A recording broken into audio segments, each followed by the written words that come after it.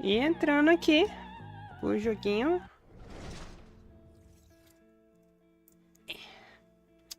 Começou já outros eventos, Tidal Vestes e tal.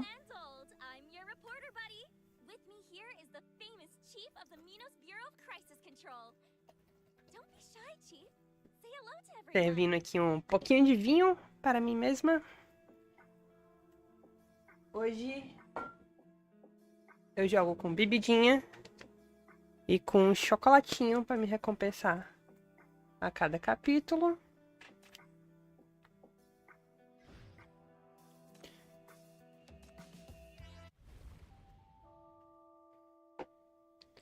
Boa noite! Ui. Com certeza. Sextou.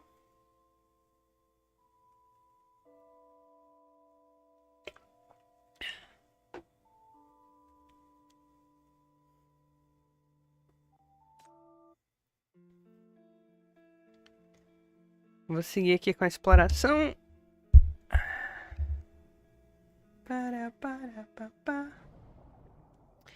E da última sessão eu tava penando nas missões, nas lutas. Então eu tô nervosa, preocupada. Coisas podem continuar dando errado.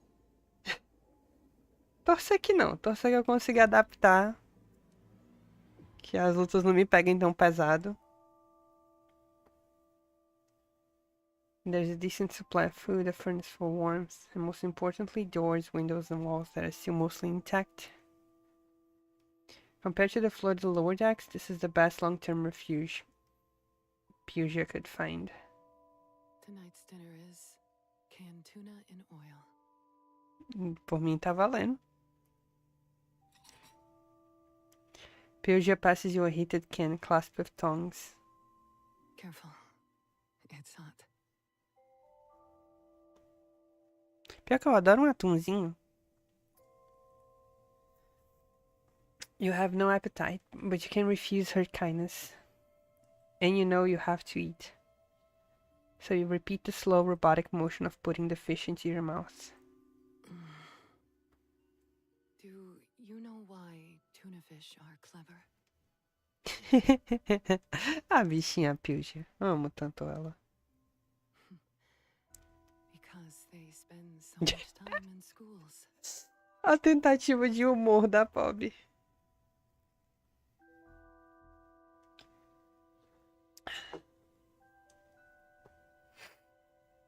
Your mind has become so numb, it takes you a while to realize Pugia just told you a joke. It's not very funny. And Pugia doesn't make a good comedian. But you laugh anyway. That was a good one, Pugia. Thank you. Oh! Não dá pra não se cativar com os personagens.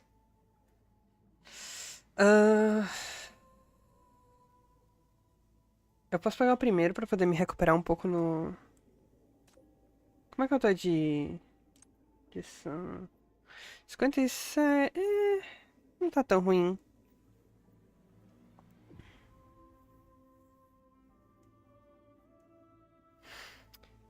Essa é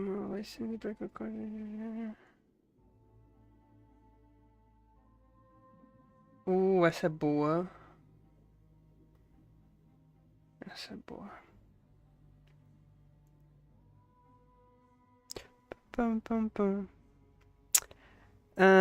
Gostei da Pia João fofa para estar judiada pelo tempo e espaço. Os dois. Ela passou por muita coisa nos capítulos anteriores. E ela... Eu tenho uma no meu time, não tenho? Então não, eu tenho a Andrea. Mas semelhante a Andrea, ela é um tanto corrompida pelas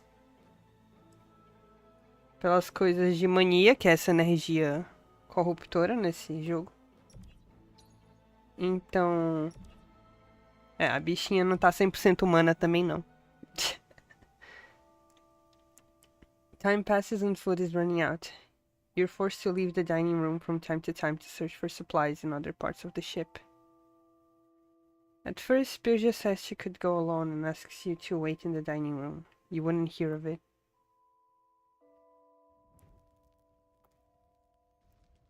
Pilja breaks apart a chair from the wheelhouse and feeds the pieces into the furnace.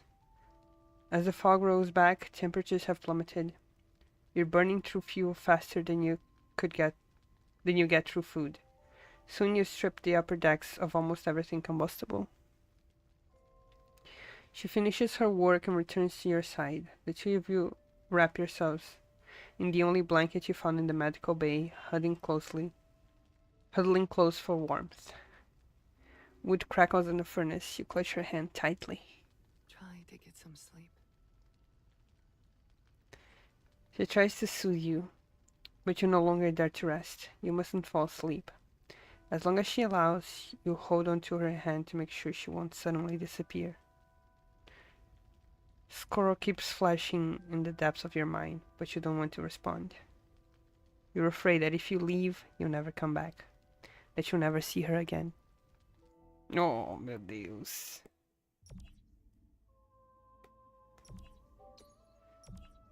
Eu aceito recuperar som.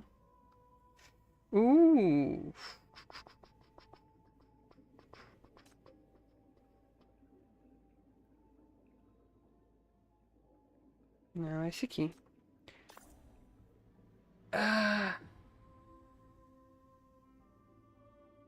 É a Coquelique ou a Langley? É uma das duas.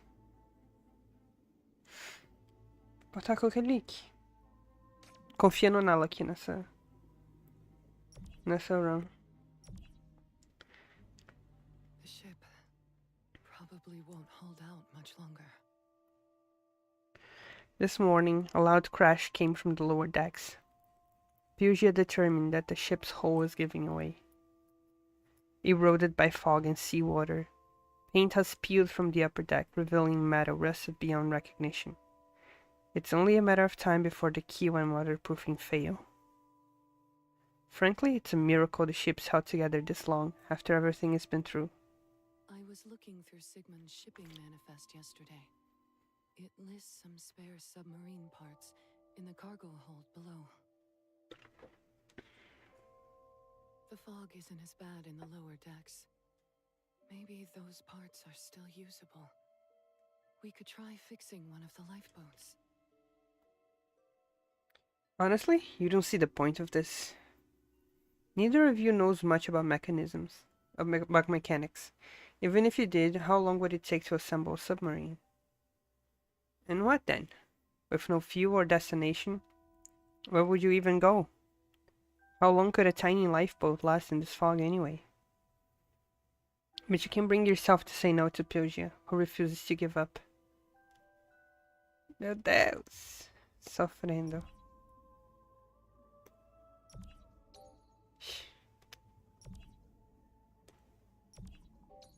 Óbvio.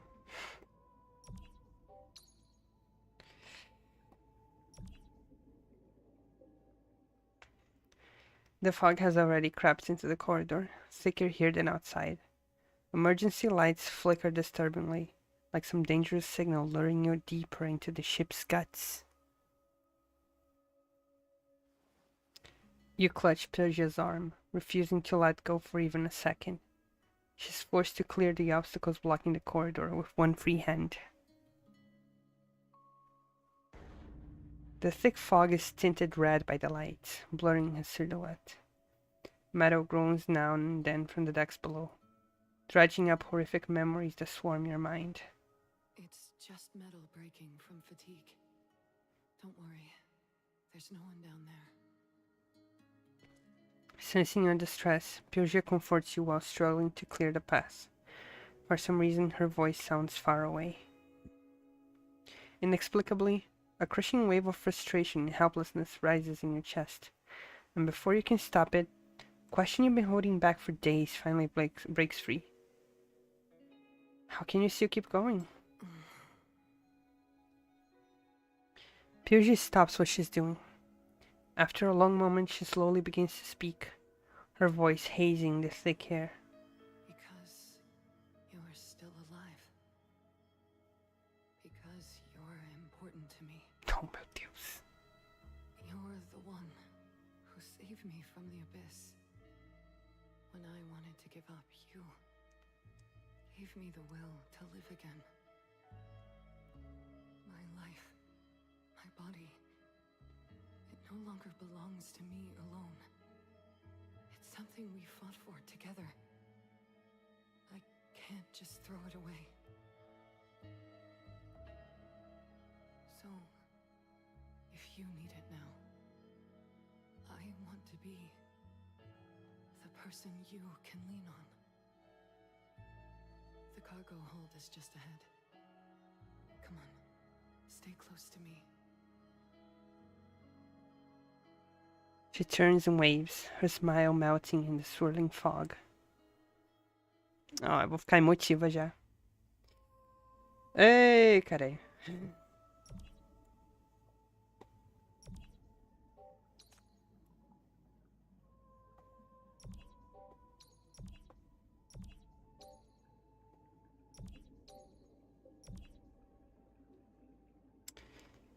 Hallucinations waltz with screams across your vision, while a searing hunger claws its way from the depths of your soul. It compels you towards the mist, its flickering crimson glow pulsing like a diseased heart. The sea of calamity churns, the drowning surge and sink in its tides, in this ever-shifting nightmare. What can you possibly do? É sempre essa frase. What can you possibly do? Não, esse jogo pega muito no emocional. Pega no coração. Olha assim, vou jogar um Tower Defense com um monte de sapatão. E aí depois você tá chorando por todas elas. You lose track of how long you've been in the lower decks. For two amateurs, repairing a lifeboat proves a near impossible task. Your progress is painfully slow. Sometimes you catch glimpses of a taciturn mechanic's face, only to realize it's just a hallucination. If she were here, those problems would be solved effortlessly. Vanilla, tá pensando na Vanilla. The next moment, you find yourself desperately wishing they were all here. At least these problems will be easy. I'll check the boiler room. Hopefully there's some coal left. If we're lucky, I might find some food in the rooms nearby. Or at least something edible. The food and fuel you brought down are long gone. Prolonged hunger and cold have drained your last strength, yet you still force yourself to stay awake. You're so weak that your mind is clouded.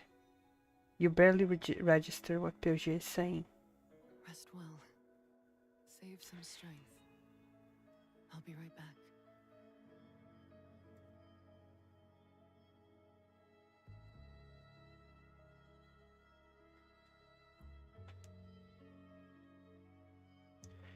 You can't remember how long you've stayed in the darkness, or if you even slept. But when you open your eyes, the familiar warmth beside you is gone. There is no power, no fuel, only a chilling darkness. Peugeot? Are you there? No answer. In the deathly silence, you only hear the distant, muffled crack of metal breaking. You finally remember what Peugeot told you. She was going to the boiler room to search for fuel and food.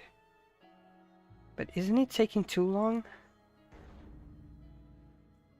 The wait in the dark stretches on forever. You have nothing else to do but think and remember the horrific, nightmarish memories, and beneath them, the lurking truths that you dare not confront. The metallic clanging is getting closer. The metal clanging outside gets louder. You can no longer ignore it. You're certain it's not a hallucination. Mixed in with the racket, you can hear the sounds of water and footsteps. Those sounds grow louder, closer. until they come to an abrupt stop right at the door. Peoja? Is that you? There's no reply. Perhaps your voice is too weak. But then you hear it. Something latching onto the door. A terror unlike anything you've ever known seizes your heart. Who's standing out there?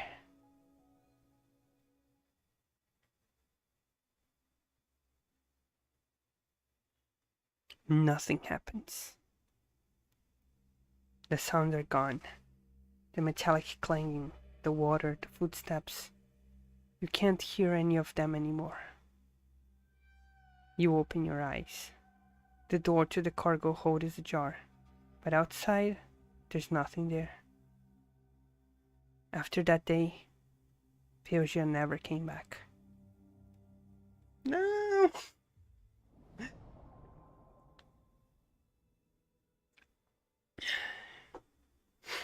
You leave the cargo hold and head down the corridor down the boiler room, searching for any sign of her. Fog is everywhere. The faint blue glow of your earring is the only light you have. You wade along through the flooded passages, calling her name again and again. The only answer is the sound of distant waves.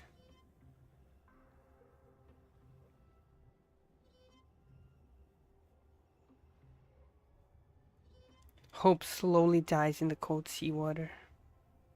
You wander through a maze of passages, past one empty room after another, searching every dark corner. Your throat is hoarse. You can't manage another sound. The fog corrodes what's left in your mind, leaving only a numb, hollow shell. In the end, only instinct drives you onward in mechanical, meaningless repetition, searching the endless dark for a companion who no longer exists. The blue light hasn't flickered in a very long time.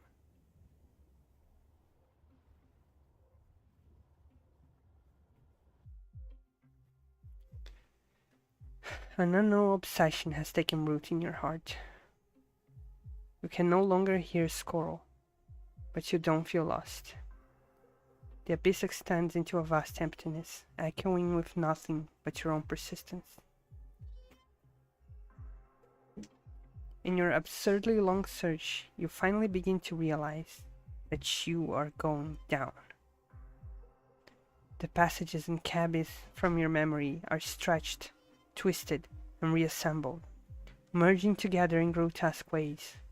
No matter how far you walk, you can't find an exit back to the upper decks. You are heading into the abyss. Your legs have soaked in seawater for so long that they've grown swollen and heavy, like rotting wood in a swamp that could crumble at any moment. Then your body begins to rot. Your spine can barely support your weight, and you tumble to the ground. Cold seawater flows over you, dissolving your body and consciousness. Soon, you melt into a puddle of shapeless ichor, just like what happened to them, to your companions. Are you going to give up here? No, I'm not. Your fists furiously slam into the ground, the pain bringing your mind back to clarity as the bodily hallucinations recede like a tide. Just as Shin said, the source of it all is down there. How could you possibly run? Even if it means death, you have to face the truth. The fog has lifted without you noticing, and a pale grey figure stands at a corner not far away. You can't make out her face, but her silhouette and voice feel achingly familiar. Well done, child. You have managed to overcome despair. I believe you can reach the deeper truths. She disappears at the end of the passage. Wait! You snap back to consciousness. Scrambling through the water, you chase after her.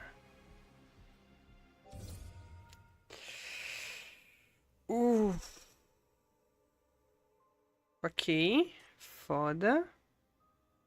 Mas bora. Distant muddle whispers begin to creep into your ears.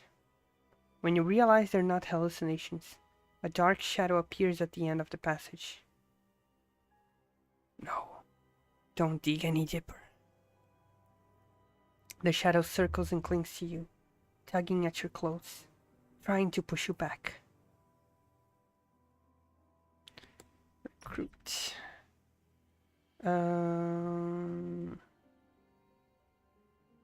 Tem chave pra gastar. Hum.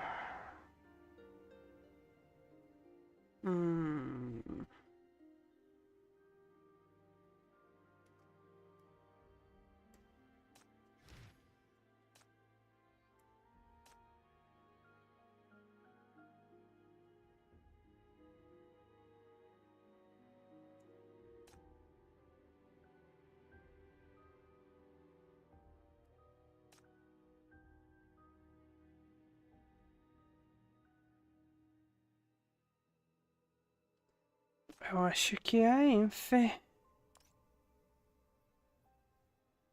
É quem eu vou querer aqui. Keep going ahead and you'll see the gates of hell. Are you here to welcome me, or to bid farewell to me?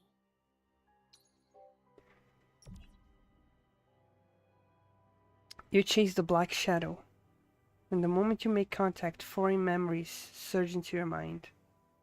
Land. This is what she wanted. I can't fail her. A distant silhouette of land twists in impossible ways, warping like a nightmare given form. Yet, the young man at the wheel can't look away. Just a hallucination. The course is right. I have to get them out. What she entrusted to me. Can't let her down. The moment the shadow touches him, the land opens its eyes. The black figure then bursts apart, dissolving like foam beneath the sun. When you regain your senses, you stand alone in the empty corridor, as if nothing had happened at all.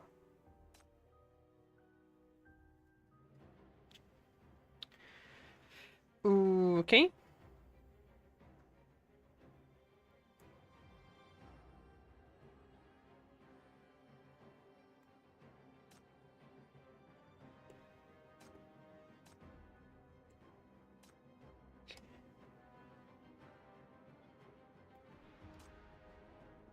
Vai ter esse. E o resto foda-se. Que ele é o problema. Então.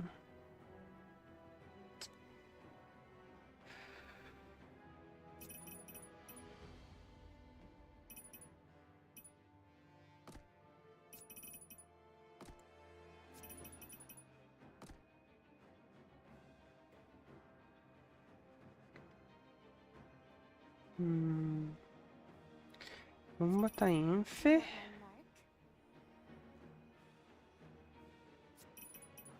At your service. Flowers will bloom. Eu não vou poder mexer muito. Que eu pego por causa da pressão.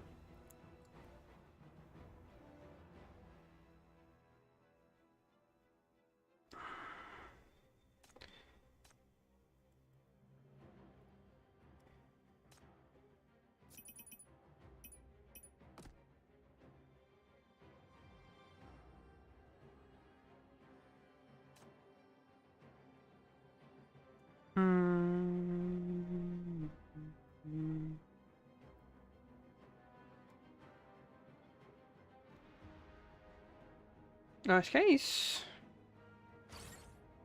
Ah, por que eu botei a dela ali? Ah, caguei o pau.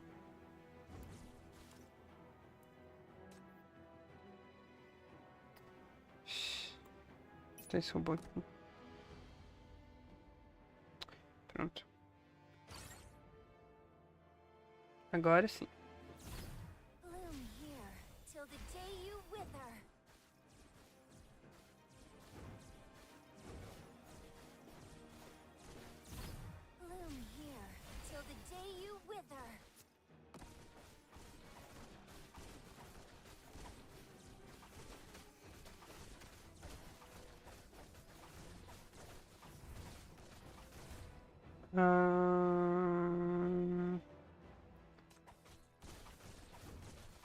É o bastante, tá, ok.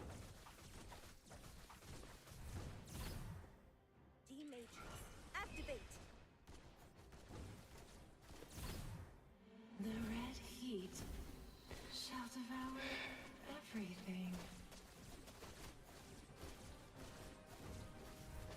Foda que se não tiver DPS ali, aquele ali não morre nunca.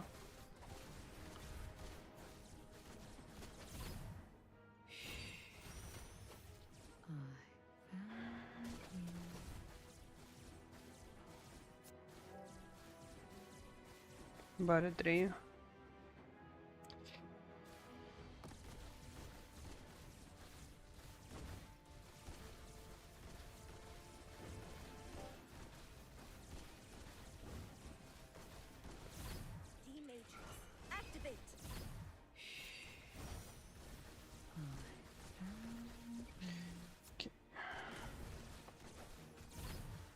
Bloom here till the day D-Matrix activate.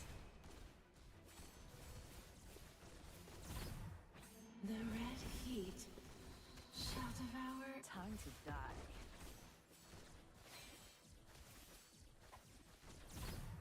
Bloom here till the day you wither.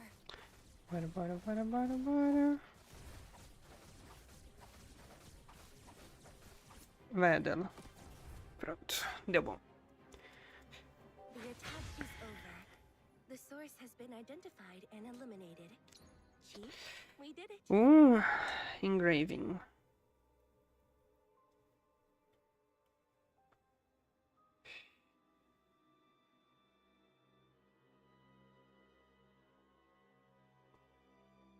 Caralho.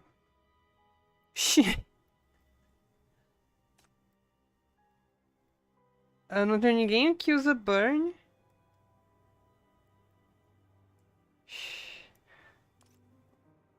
Eu não gosto muito da ideia desse...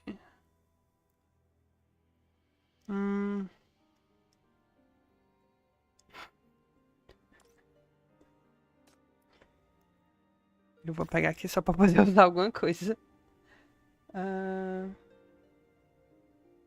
Olha só. Enfim, agora tem burn. Ela não tem nenhuma habilidade que dá burn. Foda quando nenhum engraving funciona com o time. Around the corner and more shadows surround you. Don't go there. Don't go. You'll be devoured. You become a monster. I'm not stopping here. You wade through the murky shadows. They reach for you with desperate hands, blocking your path uselessly, only to be torn apart by your slightest touch.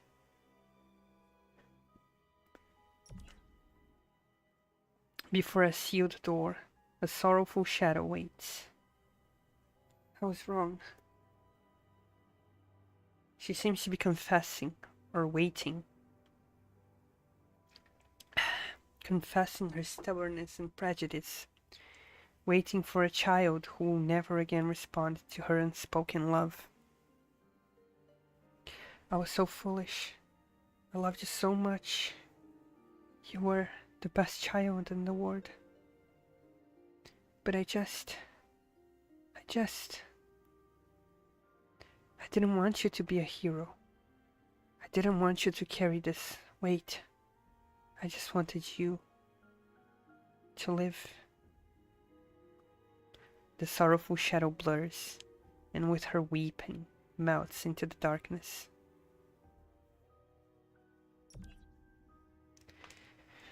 Scene after scene of horror unfolds before you, each one drenched in fear and despair. Finally, you halt before a familiar shadow. Can't let them reach the upper levels. Protect. Have to do something. He paces the corridor like a trapped animal, torn between flight and defiance. But with every step, his form fades until he crumples to the ground. You reach out, your fingers brushing against him, only in time to hear his final whisper before he completely fades away. Sorry, Mom. I've let you down again.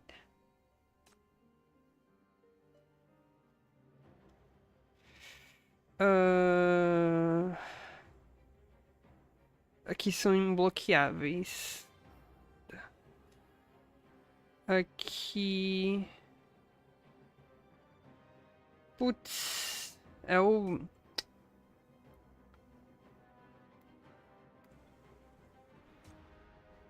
Não, não é esse aqui não. É esse aqui? É esse aqui. Puta que pariu. Ok, quantos vão ter? Vai ter... 3 aqui. Ok. Vou ter que matar esse bicho aqui o quanto antes.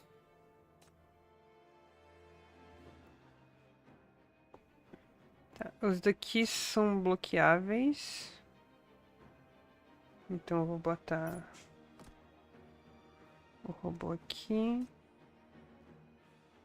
Eu vou botar...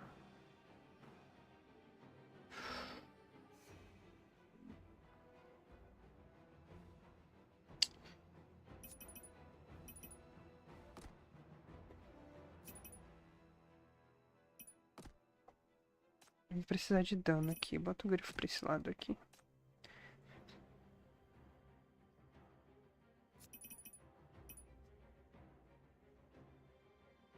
The music has started.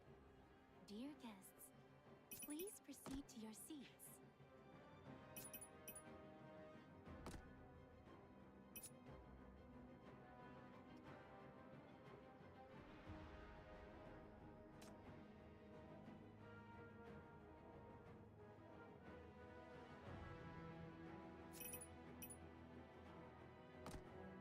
Aqui.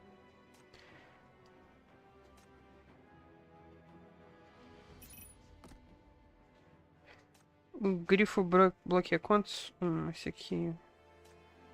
Bloqueia 2. Esse aqui bloqueia 1. Ok, então eu vou colocar esse aqui. Grifo ali.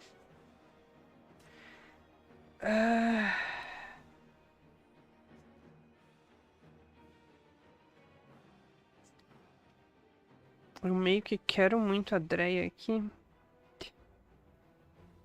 botar ela no lugar da Infe. Want to use me. Be careful. Não tô 100% confiante dessa formação, não. Mas é o que tem pra hoje.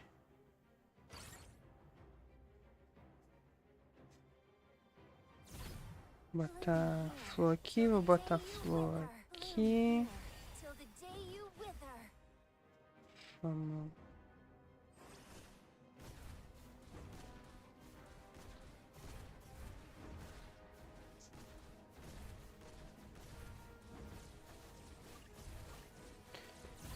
D-Matrix, activate.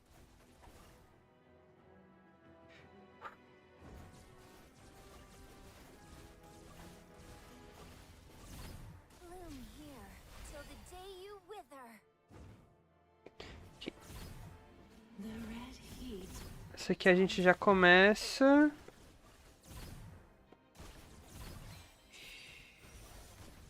Causando o máximo de dano possível de uma vez. Por favor, morra. Caralho! Eu não vi a marca. Eu não vi a marca. Fudeu. Não, não, não, não, não, não, não, não, não.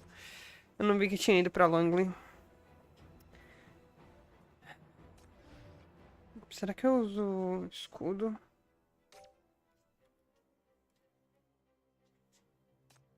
Só pra ter alguma coisa pra mitigar o... Foda que apareceu os dois. Apareceu na esquerda e na direita. Eu não me toquei o da direita. Não, mas esse aqui não é o que me preocupa. É esse que me preocupa. Ah, não.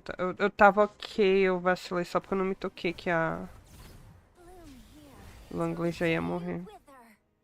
Bloom here till the day you wither.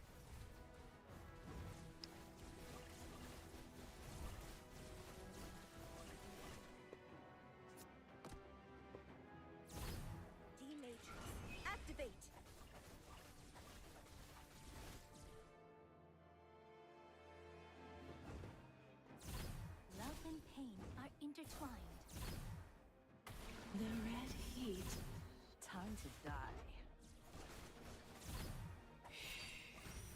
Langley.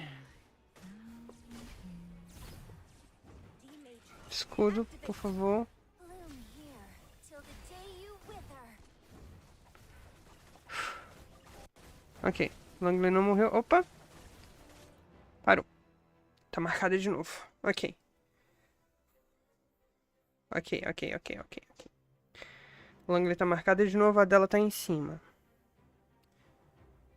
Quem tem energia? Mori já tem energia. Só ela. Merda. Vamos. Escudo. Mori. Escudo. Mantém a Langley viva.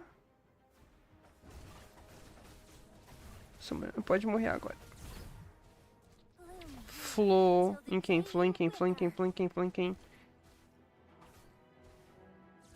Helena. Love and pain are intertwined. Grace. Não sei porque eu falei Helena. Langley mata isso agora. Manda esse treco de volta, senão o bicho pega. Caralho! The source has been identified. A existência desse inimigo me deixa muito nervosa. Porque eu perdi umas lutas feias sessão passada com ele. Agora eu tô tipo, toda vez. Eu preciso muito lidar com esses bichos. Quero isso. Eu não tenho. Esse do Justice tem? Eu não. Não quero isso. Facilmente.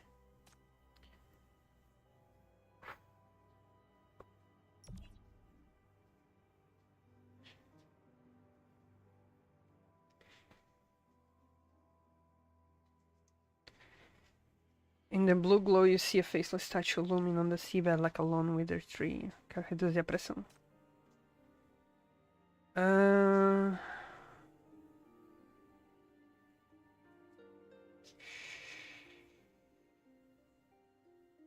Fazer uma vez. Room Enhancement, eu não vou ter dinheiro. Gastei meu dinheiro agora. Two shadows are locked in a struggle in the center of the room. One appears to be holding some kind of weapon, hacking at the other shadow again and again. It's all your fault. Why? You got everyone killed. You didn't protect them. It's all your fault.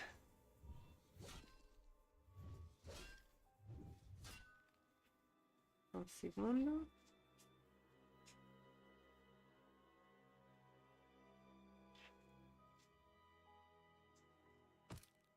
The deranged shadow is shredded, only to reform moments later. This latter has repeated countless times until your arrival. Only when you draw closer do you hear his frenzied whispers amid the roars and destruction. There's no escape. She planned it all. It was over the moment we stepped on board. The abyss is among us. Among us? It's too late. We're all going to die. Prophecy? In the shadowed corner of the ship's cabin, you see that figure nearly swallowed by the darkness. The despair radiating from him burns even fiercer than other shadows. This isn't his first encounter with the monster. It's coming. She'll get us all killed. None of us can escape. You want to help end his endless suffering, but the moment you reach out, Ragnar lunges at you. It's too late.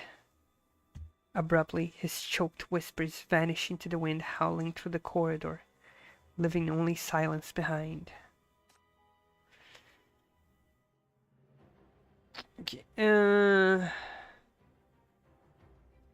Eu lembro dessa formação aqui. Tem um imbloqueável, tem que se regenera. Tem que se regenera. Ok, não. Essa aqui tem menos coisa super preocupante, eu acho. Vou pegar esse aqui só por Só por garantia. Aí aqui, quem eu quero?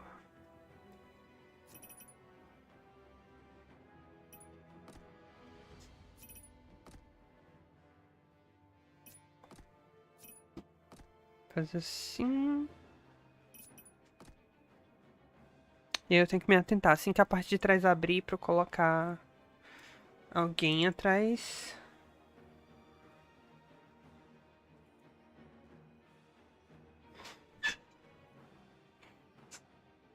Ah.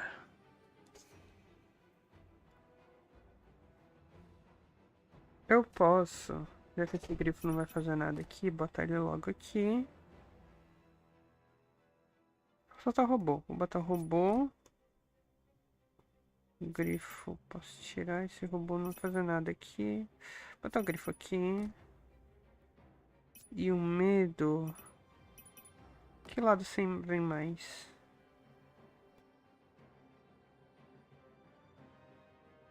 Esse aqui vem os imbloqueáveis. Eu vou colocar aqui, só caso eles não morram.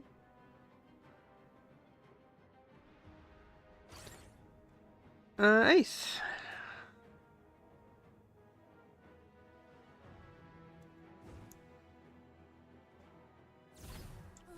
Ela pode pegar uma flor pra ela mesma. Posso botar uma flor aqui na Graves.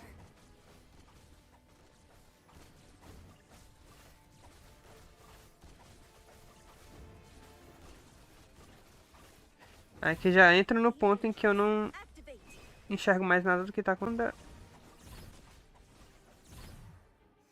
A dela pode trocar aqui. Que começou a abrir atrás. Deus, tem muita coisa acontecendo aqui.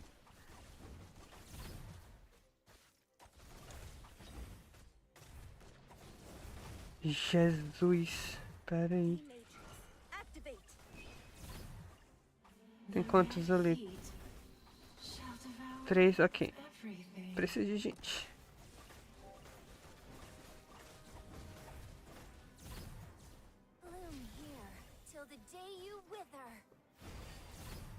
Time to die. Bloom here till the day you wither. D-Matrix, activate. Meu Deus, tem muita coisa acontecendo. Não tô enxergando. Tô levando um monte de dano. Bloom here till the day you wither. Love and pain are intertwined. Vai morrer todo mundo. Activate. Pera, não. Eu achei que era Graves. Ai, meu Deus. The red heat. Ai, meu Deus, eu usei errado. Vai morrer geral. Meu Deus, é muita coisa. Meu Deus. Eu não tô conseguindo acompanhar. This will be Meu Deus, a coquelinha que foi de base. Ah! The star E a Dreia. Caralho. shall ultimately die in darkness. Cacete, peraí.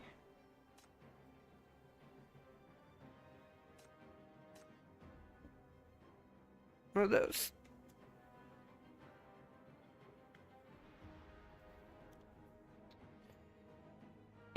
Ah.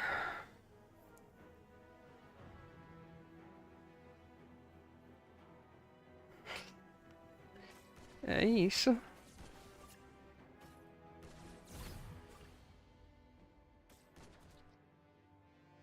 Eu vou fazer o seguinte. are intertwined.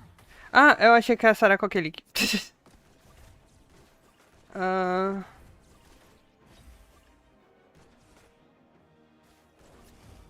Till death. Time to die. meu Deus, o Graves foi de base. Activate.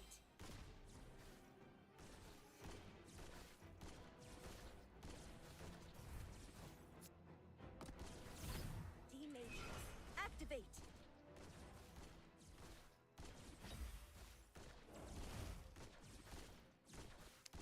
Essa foi horrível. D-Matrix, activate. Time to die.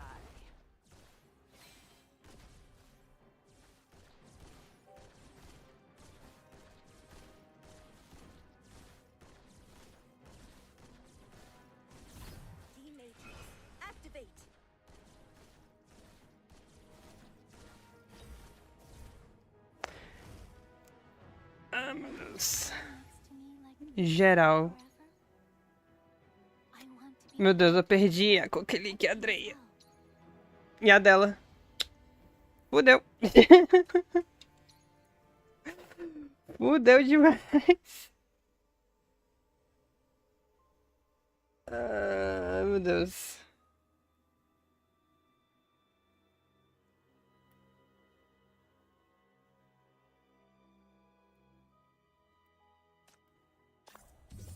Eu acho que eu vou perder esse Eternal Nightmare.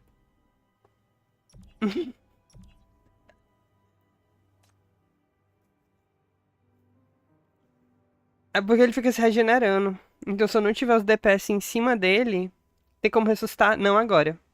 Agora já era. Porque elas já foram nocauteadas demais na jornada toda.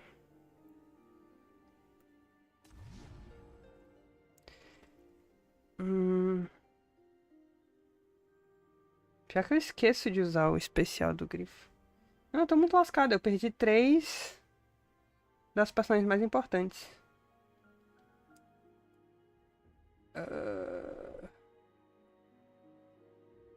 Eu quase quero resetar. Vou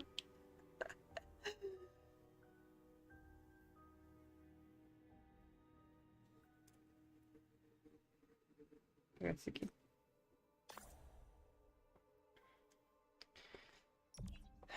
Mas o objetivo de estar fazendo aqui em live era mostrar a história, então eu tô tipo. Se eu resetar, como é que eu faço em questão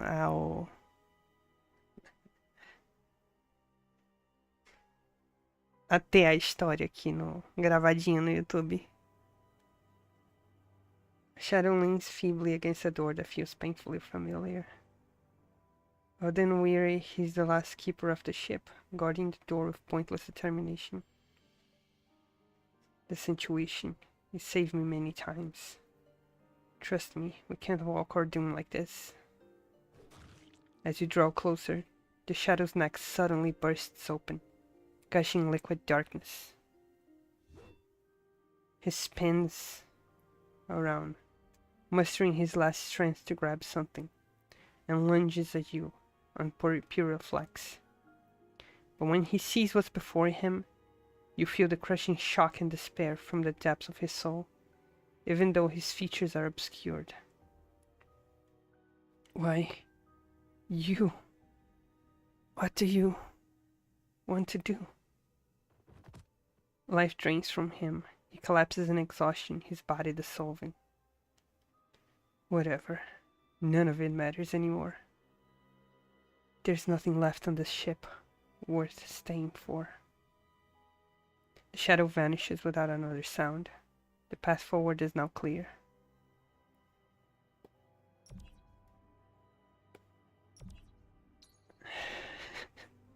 Essa é a fase 8. Ok. Isso não fez. Pior que eu tô pertinho do final. Então acho que eu vou seguir. E aí, se eu perder, eu perdi. E eu tento resetar depois. Tentando buildar um time melhor.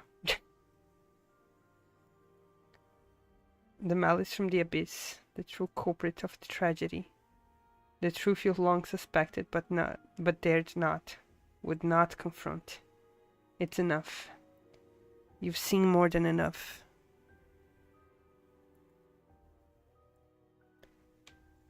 Aquele tal Word Spray.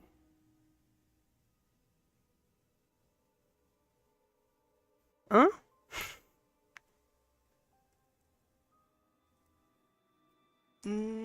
Esse nome não me lembra de nada.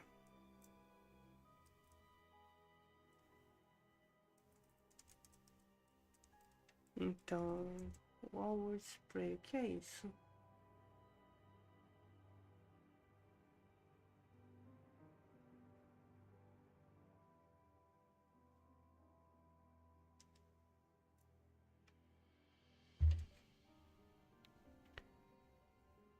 Eu dei um Google e não encontrei nada. Eu não sei o que é isso.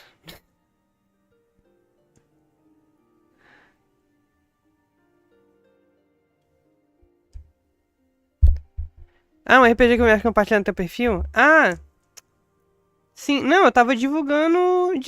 não, eu sei qual é esse. É de um conhecido. O jogo. Eu mesmo não sei nada muito dele, não.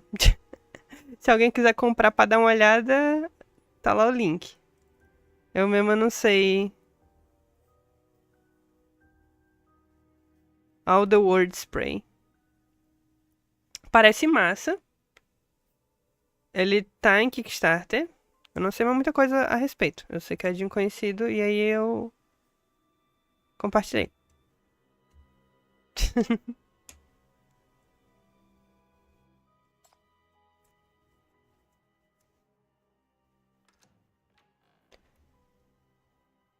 Blinding white light floods your vision. You find yourself on an unfamiliar, clear azure sea. Spacing out. A white shadow extends a hand. Unlike the murky shadows you've met before, this one is hollow. A puppet performing scripted scenes regardless of your response. I know this is your first time at sea. It's natural to feel a little scared. But don't worry. We have the wisest scholars with us, the bravest captain, and sailors on these seas. The torch of human civilization is in our hands. We'll solve the mystery of the disaster and bring a future full of hope.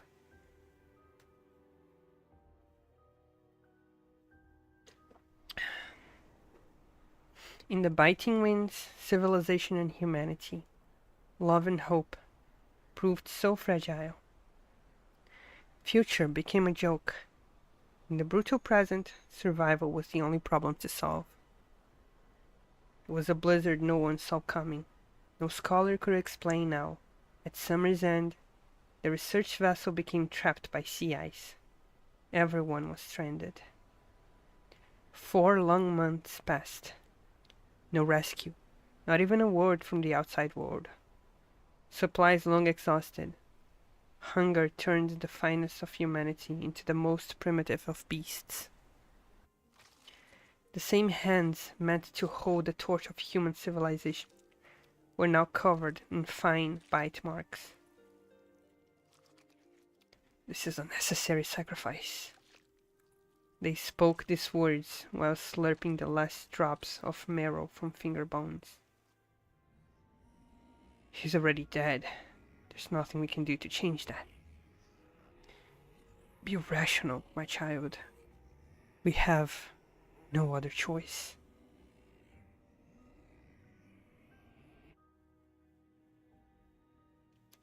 She was the most rational of them all.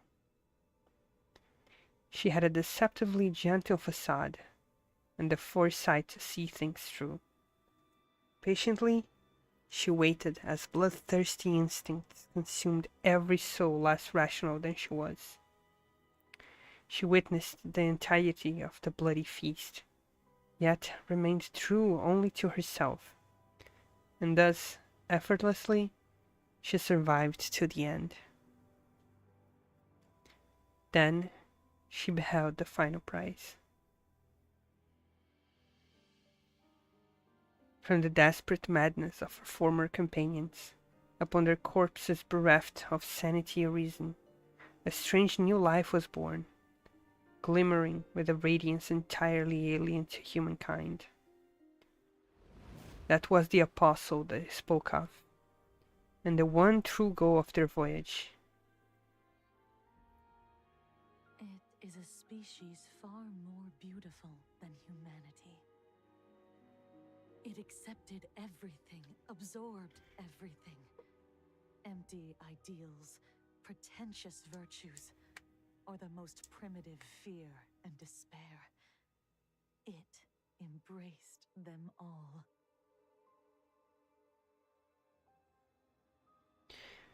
You don't know when the pale grey figure you've been chasing appeared silently by your side.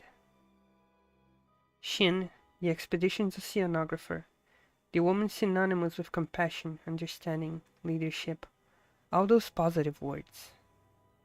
Now that you see her again, she's no different from when you first met her. Calm, patient, confident, like the perfect mother one could only find in a storybook. But you know, she's nothing like the woman you met on the ship. You take a wary step back. Was this your true purpose all along? Did you kill them? No. When I joined this expedition, I expected to see a repeat of the past. The same drama of betrayal and slaughter I remembered from before. But things were different this time. Everyone on the crew, Drea, Vanilla, Tilja, even the 2 children who guided us on the way. Everyone on the ship was so brave, strong, and rational. Without their efforts, we never would have come so close to the truth. In them, I saw that humanity still carried a spark.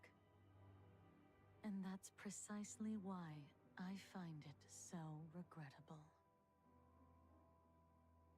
You had the courage to come this far, to stand before the greatest of truths, to witness a more powerful form of life and new possibilities for evolution. One more step, and you could transcend the narrow confines of human perception. Why do you insist on covering your eyes and shackling your feet? Why cling so stubbornly to the concept of humanity? You embark on this journey merely to understand the perishing star so you can fight it. So that humanity can endure to pit their feeble flesh against greater beings. Why not cross that line? Why not abandon your weakness and become a grander form of life?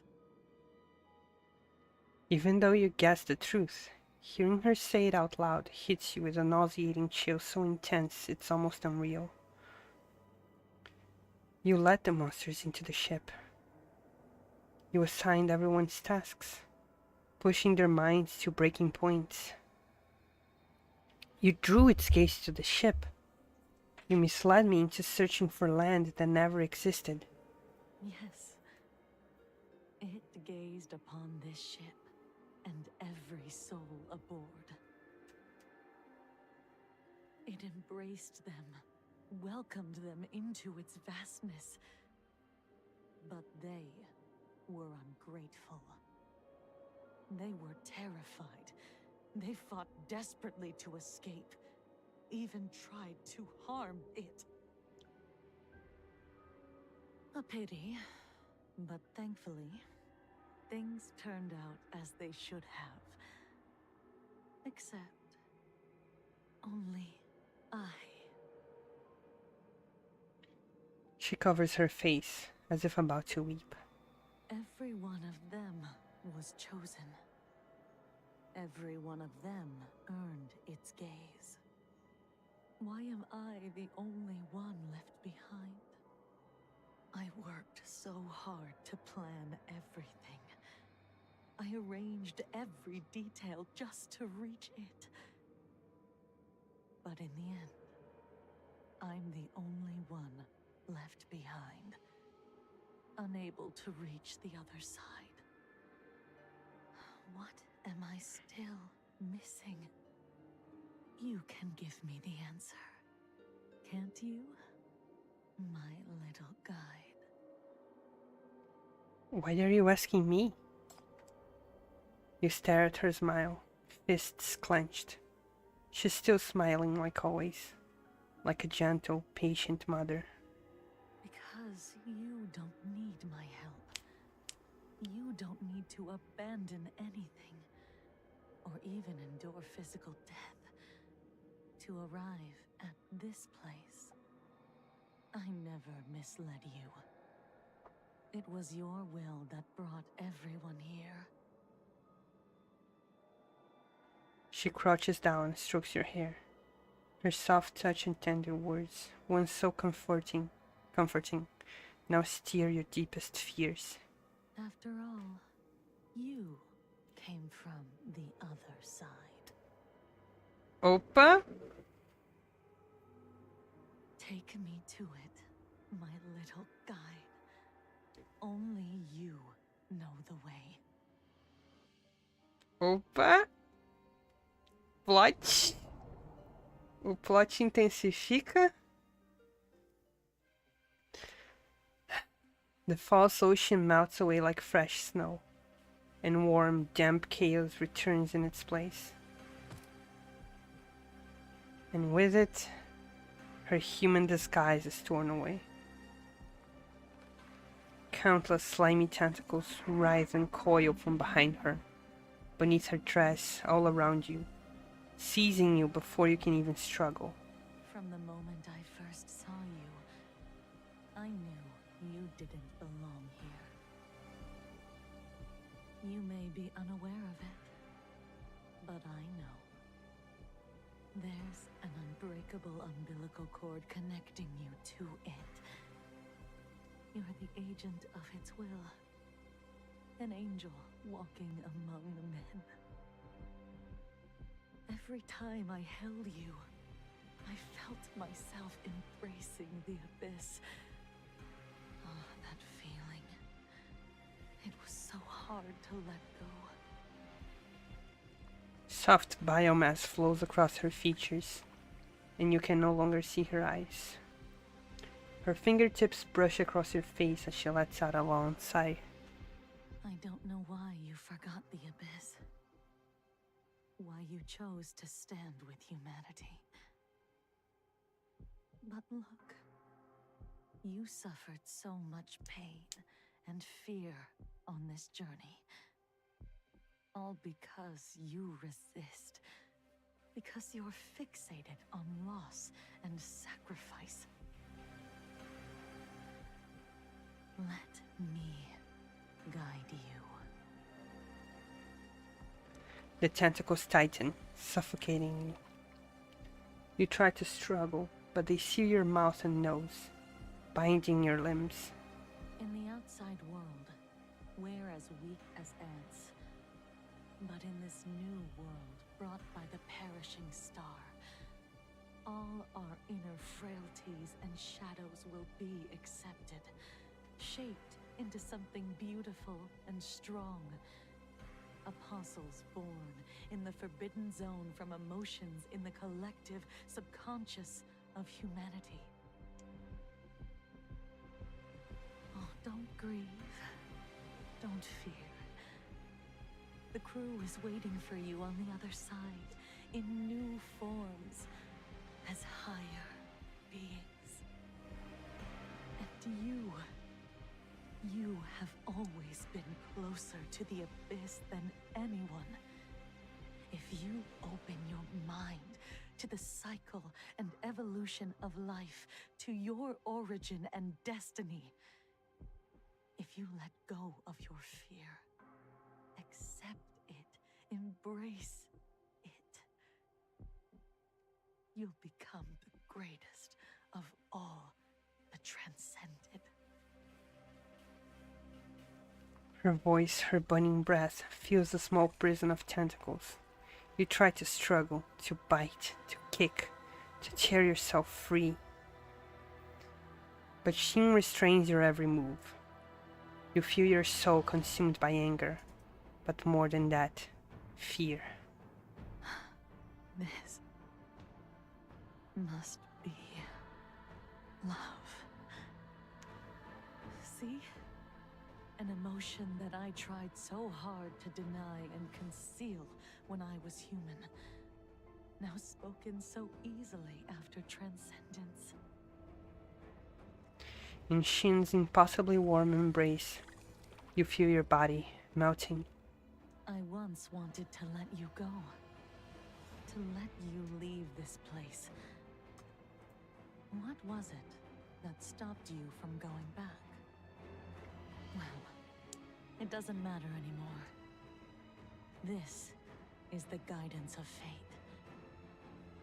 You and I were destined to meet again. And this time, I won't let you go. The ringing in your ears drowns out her whispers. Everything that was you rapidly dissolves. The expedition team, humanity's fate, your existence and memories. Until at last, only endless darkness and crimson remain.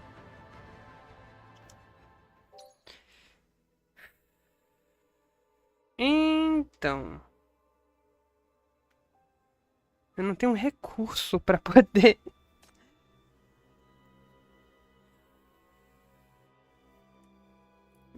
lidar com isso. Eu tô lascadíssimo.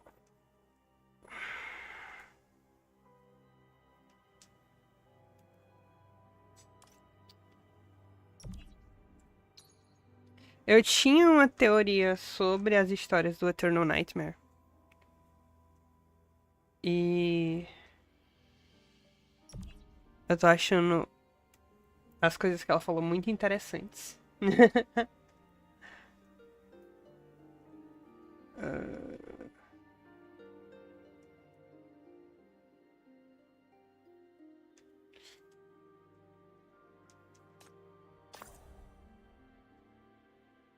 Eu não tenho um healer agora. Vai ser uma delícia. You're falling. Your body's melting, your mind blending into the dark abyss. The black abyss. A strange sense of comfort fills you with a deeper dread. Pra dar um resumão, essas histórias do Eternal Nightmare, elas acontecem num fenômeno sobrenatural onde a chefe, a protagonista, consegue mandar a consciência dela pra eventos no passado. Então todas as pessoas dessa expedição já se perderam e morreram décadas atrás, quase um século atrás. E isso é a chefe revivendo o passado.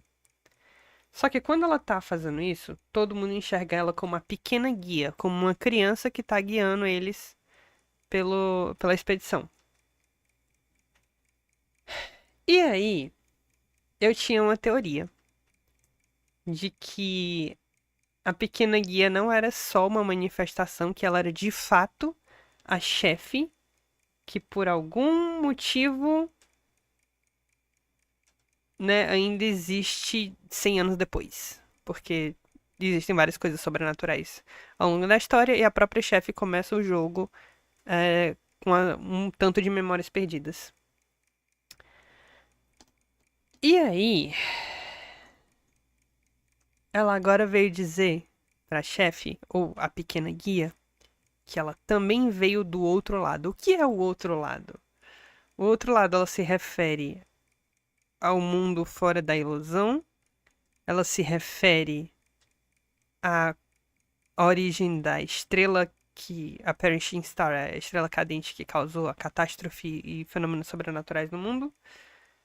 Ela se refere a outro lado, o lado dos apóstolos, que são essas criaturas sobrenaturais que surgem a partir de emoções. Eu não sei. Mas isso cutuca na minha teoria, então eu tô muito interessada. It was you who led the crew into the abyss. They trusted you, depended on you, and you delivered them into the abyss small. You didn't want to do this. You never want to. So why?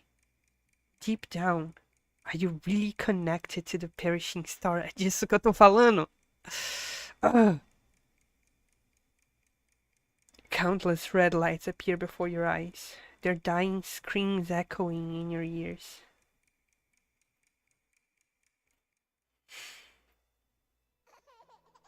The red light tears a corner of the abyss.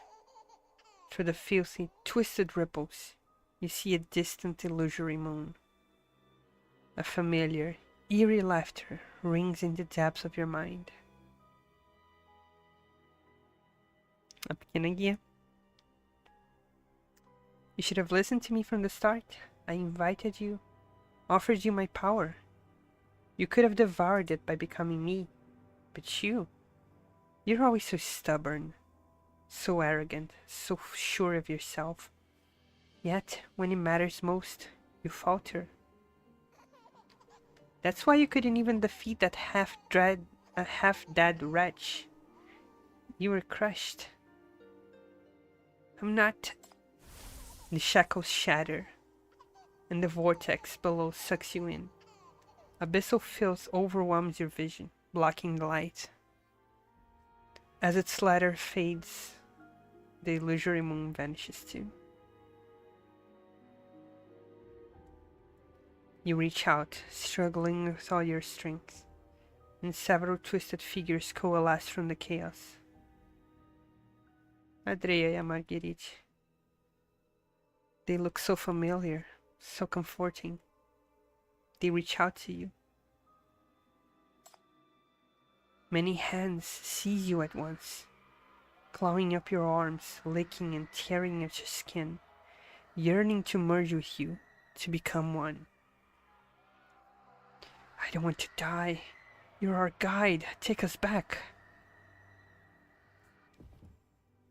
You scream in terror, but no sound comes. You try to flee, but in your path stands a woman, arms wide open, pulling you into her embrace. You are... She holds you tight, shielding you from every attack, soothing your fear with gentle whispers. Her voice trembles with ecstatic joy. It's all right. Don't be afraid. You have always been closer to the abyss than anyone. Don't fear the unknown. Don't fear sacrifice. This is the guidance of fate. You and I were destined to meet again. This is its greatest gift to me. Come, my guide. Let us go together. Only you know the way back. You are it. No! O brinco.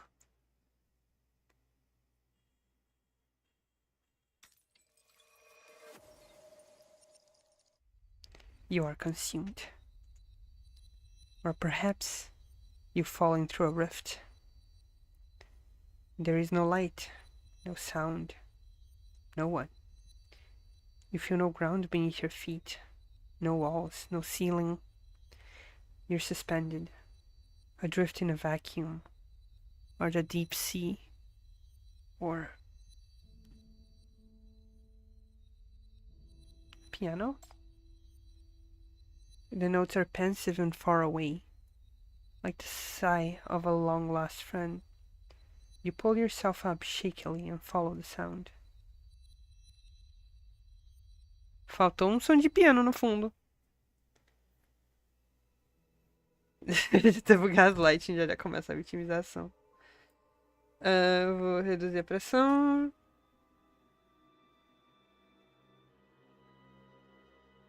Não vou gastar Nightmare Key, só caso eu possa pegar.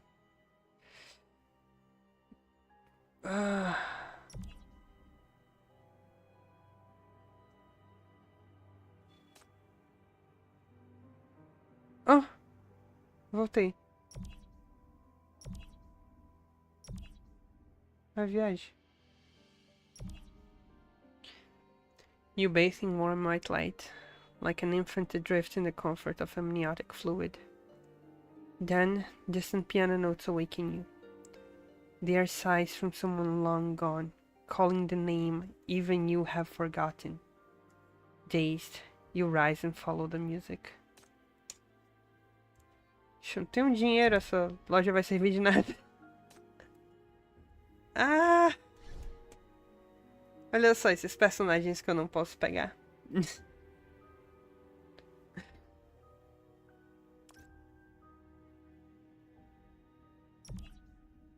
Without you realizing it, white lights have gathered around you. They weave an ethereal path through the black and crimson depths of the abyss, guiding you ever forward. Convendenada não tem, não. Não tem. Também não botam no fiado. Aqui, a chave. Bom.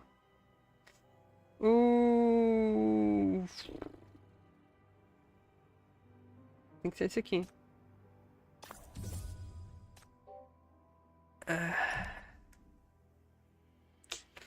Imprint enhancement. Pra que só não tem um dinheiro? The white lights stretch endlessly before you, unwavering, undimmed. You don't know your destination, only that it holds the answers you've always sought.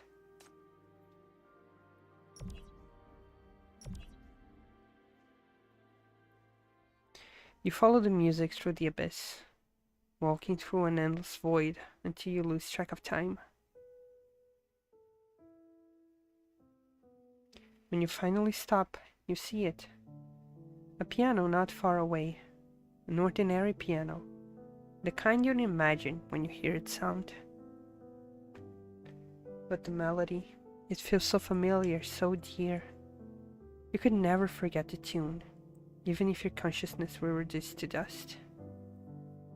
You want to take a step closer, to see who's playing, but your feet refuse to move, as if humans can only come this far and no further. But the pianist senses your presence. The music stops. He looks up toward you. A pure white silhouette. A person you cannot discern. Why are you here? I told you I would stay. You don't need to come looking. He stops. He gazes in your direction for a long while. I mistook you for someone else. I thought you were... Meu Deus.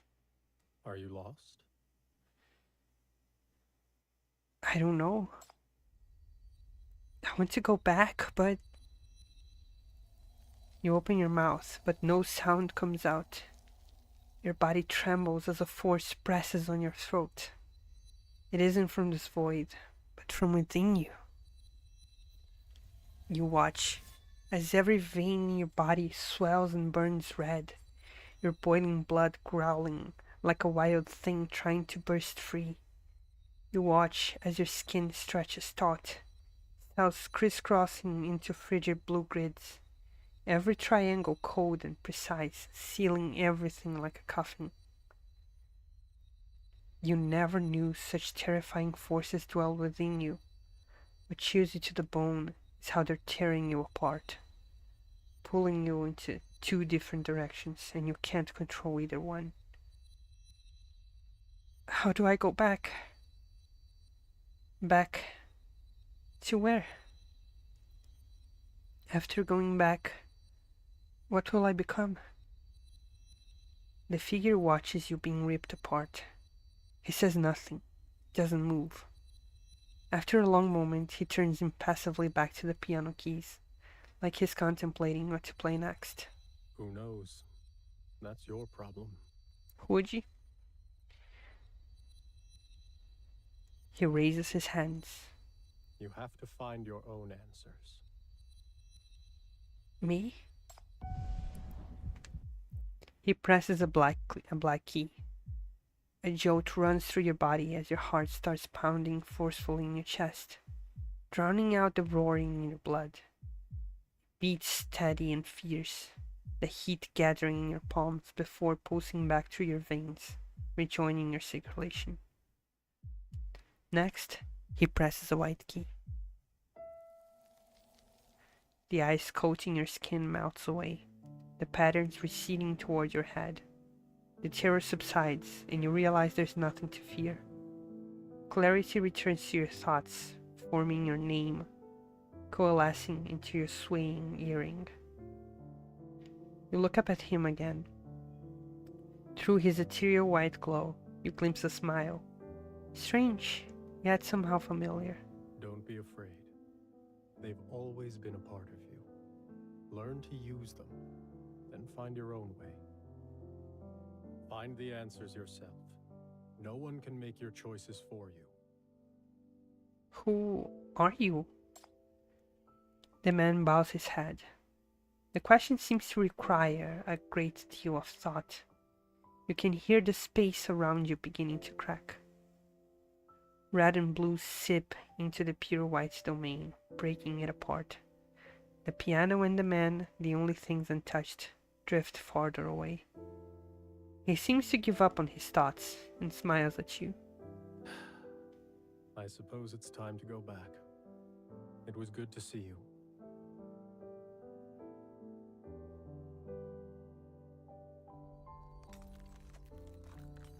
The next moment, countless rays of light burst from the cracks, engulfing the piano and the man who helped you.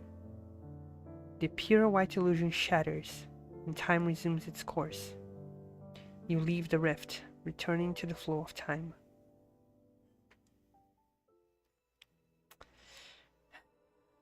Aqui é a batalha de boss. E eu tenho zero confiança. Brilliant red light blazes in your hands, turning into numerous sharp spikes that slice through the tentacles, entangling you. The tentacles don't yield, but in the next moment, their assault is deflected by a radiant blue light. What's that? Despite you severing her tentacles and breaking free, Shin shows no sign of anger. Now, with light dispelling the darkness, you finally see her true form. At the center of writhing tentacles, the woman still stands with elegant poise. Countless pupils gaze at you, at your earring and shackles.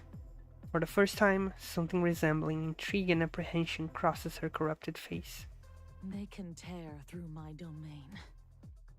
Wherever that power comes from, it is deeper than the abyss we know. They're dangerous. Be a good child and give them to me. Won't you?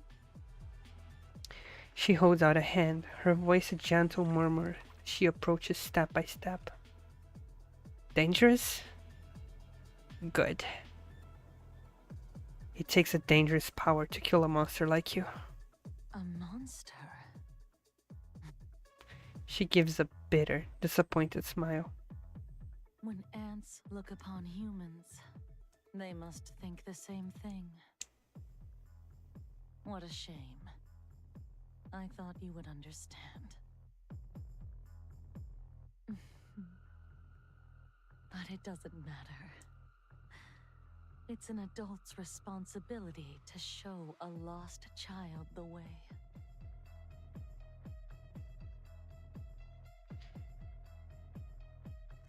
Beyond the blue barrier, a dense mass of tentacles writhes and coils, ignoring the shackle strikes and trying to breach your small sanctuary. Sorry, but I was born a rebel. Do you feel no fear? Of course I do. But it's in facing fear that we find courage and the will to fight. I can tell you that in the future, humanity never reaches the enlightenment you're hoping for. 100 years from now, your god hasn't conquered everything as you wished. The way I see it, strength isn't about power, or species, or form. It's the will to always follow your heart and make your own choice. Just like you chose to betray humanity, I'm choosing to seek the truth with my own eyes and decide where I stand by my own will. Red and blue converge once more, forming a pillar of light that impales the heavens. You know that no matter how far away, your final companion, the one cut off from this darkness, will know where you are. Perugia! Esposa. A pale figure descends from the sky, her sharp harpoon ripping through the darkness and severing dozens of tentacles in its wake. Monstrous appendages sprout from her body, her near-transparent skin glowing gently in the chaotic darkness. Sorry I'm late. No, I'm the one who should apologize. Seeing Pyoge's inhuman form once again fills you with warmth and sadness. I let fear get the better of me. That's why I was dragged in here. Thank you for saving me again. Don't mention it. We're companions. You and Pyoge stand together. To leave this place, there's only one thing left to do. Defeat the monster blocking your way. Defeat Shin. Okay.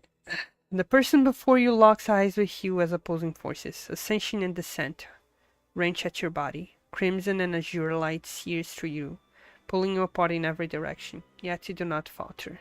You hold her gaze unbroken. Ugh.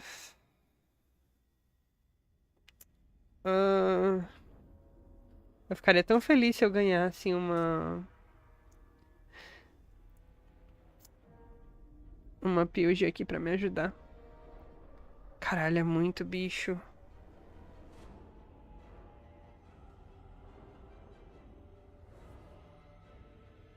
Caralho, é muito bicho. Puta que pariu.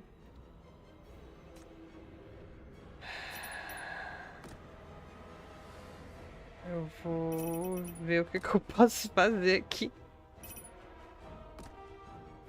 Ah.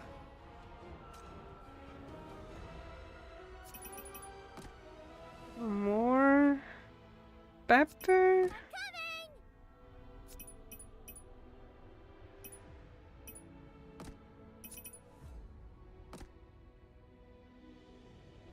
By all rights, I shouldn't be involved in this city's. Oh, are we going to beat up the bad guys? Surely I'll give those baddies a taste of fire. Sucesso, vou 3 Radical Enfer. Será que é isso?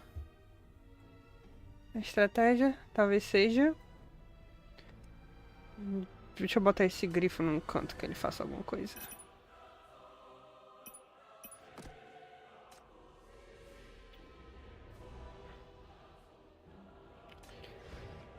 Ai, meu Deus. Eu tô com 0 confiança. Se eu boto ela aqui. Bora. Eu não sei o que a Ripacha faz.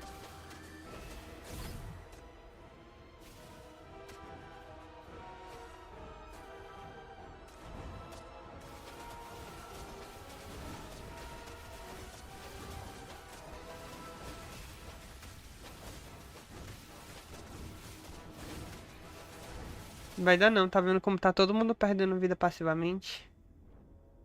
É assim, não é? Normalmente imune a dano.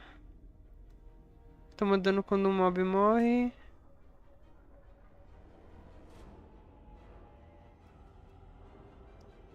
Causa dano a todo mundo. É isso mesmo, é aqui que eu morro.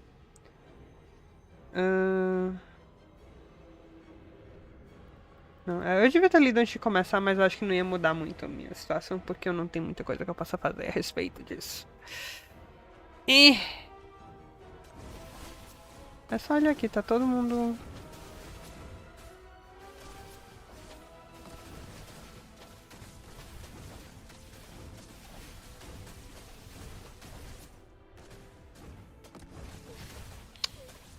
Penny morreu. Roses bloom in sight.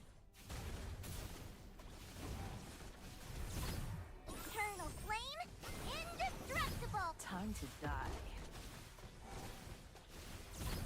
D-Matrix, activate.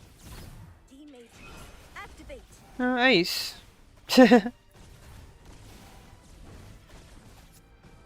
Vamos ver quem morre primeiro, ela ou eu. Should have Eu. stopped while I had the chance. I must find.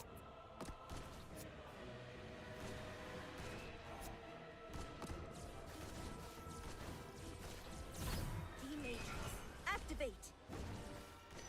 Que eu tenho um negócio... Time to die. Um negócio que me dá cura quando eu crito. Só que não é bastante. Não, a barra de vida dela caindo é toda vez que eu mato um bicho, mas conforme os meus personagens morrem, não tem mais nada que eu possa fazer não. É isso aqui.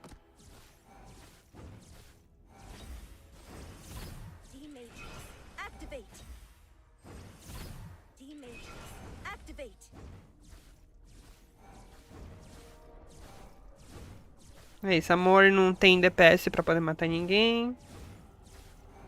Minha vida ali em cima de menino, 37, 35. Eu morro antes do tempo acabar, não morro? Aí, a Mori morre agora. Deixa eu tentar... Não, é amor... amor... É isso.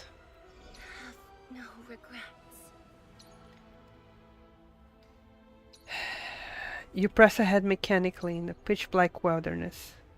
Specks of white light appear around you. Each time you touch a speck, your memory becomes clearer. Gradually, you step out of the darkness, and the ageless realm still looms before you. If we try again, we can do better. Falhei. Shin's power is immense. But she isn't the abyss itself. She can't inflict upon you the deepest despair. The kind you've already endured once before. Eu acho que eu só não vou pegar a pontuação de ter passado. Ele vai estar seguindo com a história. Porque eu ainda tenho um personagem na party. Bom, o propósito de ver a história parece que vai ser cumprido. Mas depois eu vou tentar refazer fora de live. Porque eu tô derrotada. Tô derrotada aqui por esse Eternal Nightmare. As the red light of your shackles impales her abdomen, through the wound you had bandaged yourself, her body is pinned to the ground, her tentacles thrashing wildly in vain. Looks like humanity won this time.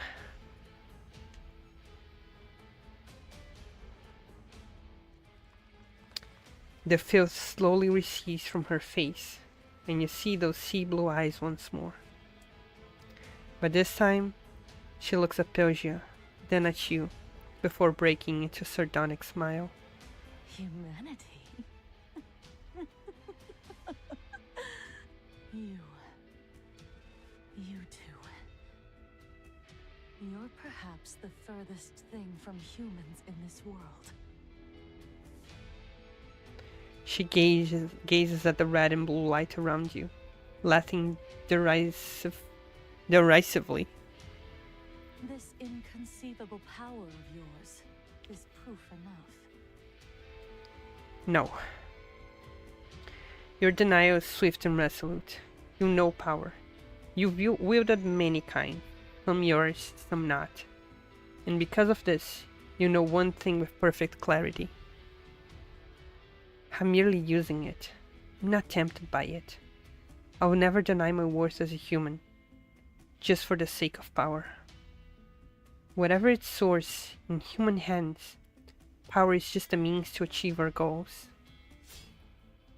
Her tentacles make a last-ditch attempt to strike, but Pelgia notices and pins them to the ground with her harpoon. In the red light of the shackles, her tentacles continue to dissolve, her body disintegrating. As the tentacles of her god are about to abandon her, she finally shows a rare expression of fear. No. Wait. She reaches desperately for the reaching tentacles, only to watch them melt into black ichor. Wait. Please don't leave me. Watch out.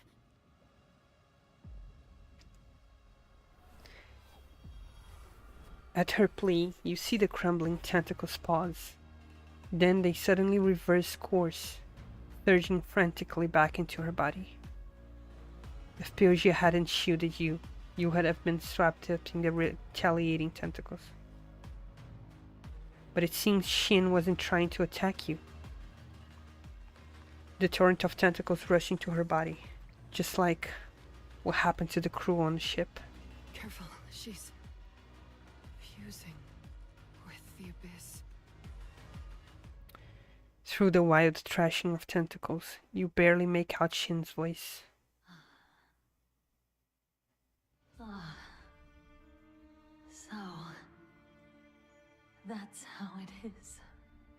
It would not accept me because I never truly felt fear. or Hey, Selena. sorrow.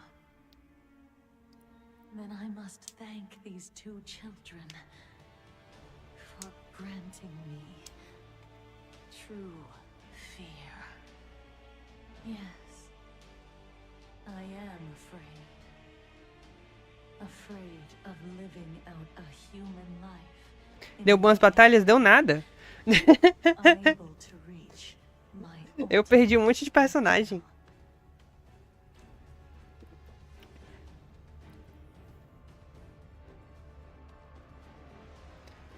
Só que como eu tecnicamente ainda tenho um personagem na party, tecnicamente eu segui em frente depois da luta do boss.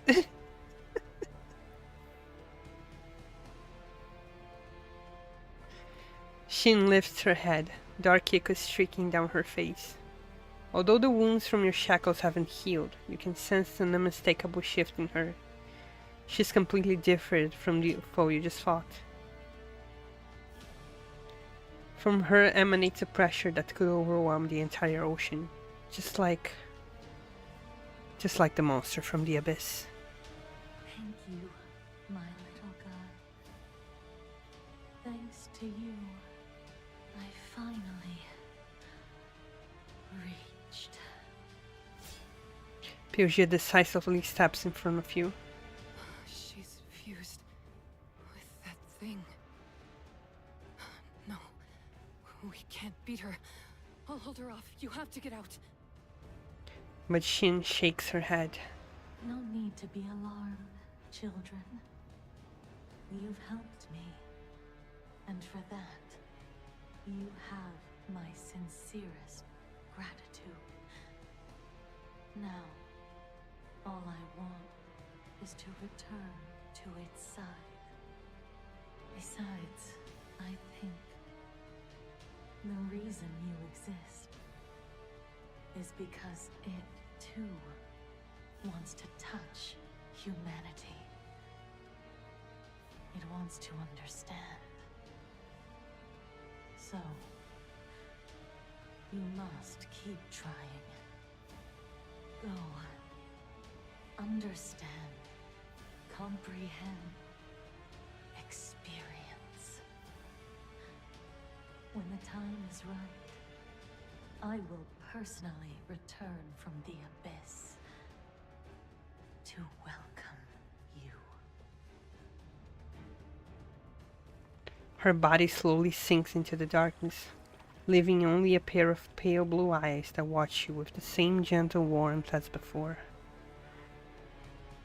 When the time comes,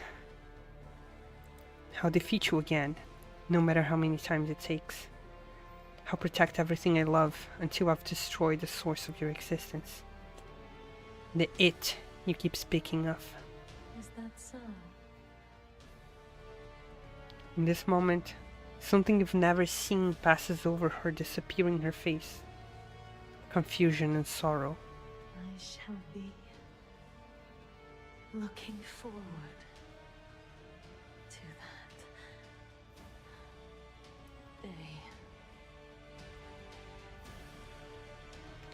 With those final words, her eyes dissolve into the wind.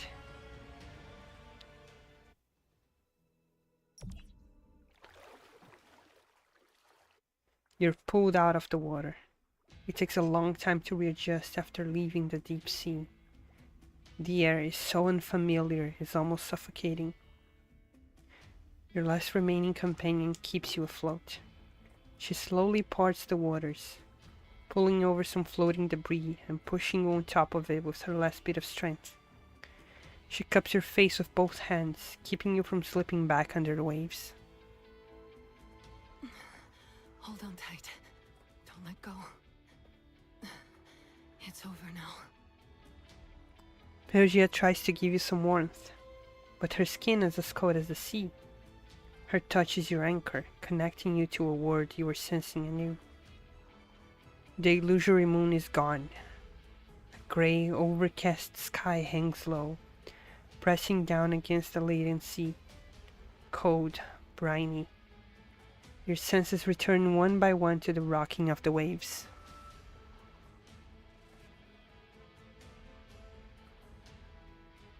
The nightmare is over.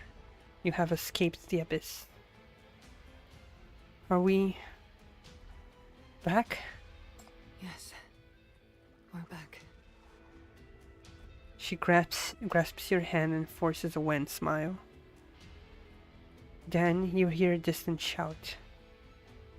Hey, can you hear us? A small boat appears on the rolling waves. Someone's waving frantically. You can't make out their face, but you know. It's the expedition team. They found us. We're saved. Persia, we can go home. Together. The hand you're clutching suddenly feels wrong. Cold and soft, almost boneless. This is not the hand of a human. At some point, her skin has turned transparent again. Veins visible underneath.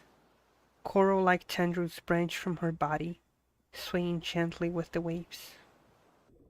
And below the surface, the dark waters conceal her shifting form. No, it's not supposed to be like this. We both made it back, so why won't she let you go? Is it Shin? Is this her doing again? Persia, hold on to me. Don't go, we escaped the abyss together. It won't control you. You're human. You have friends. They're coming for you now. Don't listen to her. You frantically grab her hand, desperately pulling her close while trying to signal the boat to hurry. The breezy roan lurches, nearly throwing you back into the sea. Persia looks at you, then at her own body. At last, she raises her arms and wraps you in her embrace. It's all right. I know who I am, and it won't drag me down. This is my own choice. Oh, meu Deus. I'm choosing this body. It's the only way I can slip quietly into the abyss. To bring our companions home. Do you remember them?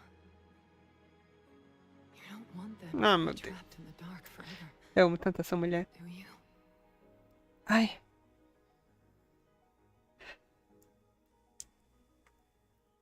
You remember the ones imprisoned in the abyss. Not the fanatic Shin, but the others.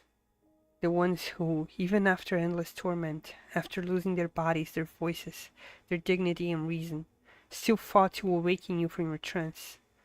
The ones who exhausted everything they had to give you a ray of light. They boarded that ship of death, setting sail for the abyss to rescue you and Persia, lost at sea. They knew nothing of what awaited them, and even if they had, they would never have regretted it. Neither you nor Persia could ever abandon them. You're still for a long moment, before slowly raising your hands to hold Persia tight. You don't want to let go, but you know, this is farewell. Can they still be saved? Of course. They're so strong. They fought so hard. You saw it. They just need someone to lend them a hand. I'm the best choice. Then I'll go with you. It's too dangerous. We both know it wants you more than anyone else. Your presence would only excite it. And that would make things harder. Then I'll let the others know. If you tell them, they'll get worried. They'll come after me. And I don't want to lose anyone else. But you'll be alone. Her pale smile becomes infinitely gentle, as if in response to you, her inhuman skin gains a touch of warmth, like a final comfort, a reluctant farewell. Don't be afraid, my child. This time, no matter what I become, no matter where I'm taken, I'll never forget where I belong. And I won't give up on returning to my companions. Because you've already shown me the way home. I've walked that path once. I won't forget it again. And I'll never be alone. I'll bring them back. Just like you brought me back. When I do, Eu vou ficar emocional. be there to welcome me home. Won't you? Now, my brave guide, lend me your courage and wish me a safe journey.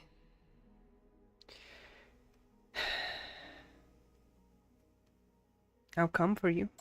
Wait for me. Her hands tighten one last time, then suddenly let go. The waves give a gentle push, and you're taken away from her warm embrace. The cold sea wind jolts your eyes open. The dream shatters.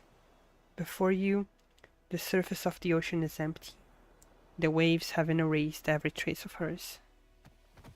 The debris carries you on, until you fall into the arms of others. Got you? Good heavens, what are you doing out here alone? Don't you know how dangerous this place is? The sea's claimed enough lives. You're an important guide. What if something happened to you? The deep dive unit, The rescue team pauses, exchanging glances.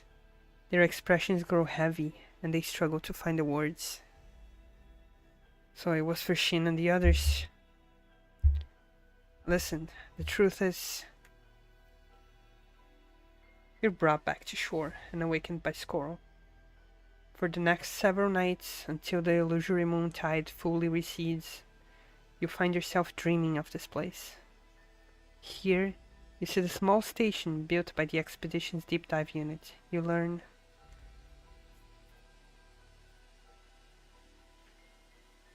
during the third week of an illusory moon cycle, Deep Dive Unit 1 was conducting a routine mission to retrieve equipment when they encountered an accident.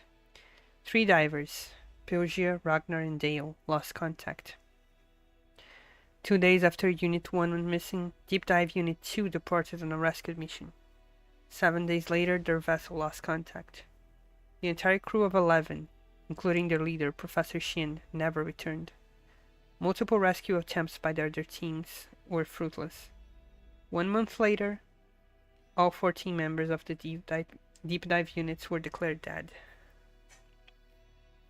The deep dive station, having lost its equipment, vessels, and most importantly its people, was abandoned. The expedition team erected a memorial base beside the station, carving on the tombstone the names of the deep dive unit members. Their sacrifice serves as a warning. The time has not yet come. Do not chase the illusory moon. Do not approach the abyss. Only the young guide refused to accept the truth. She insisted that she could hear the deep dive unit's voices, that Pilgia was still searching for her companions, that they would all come home.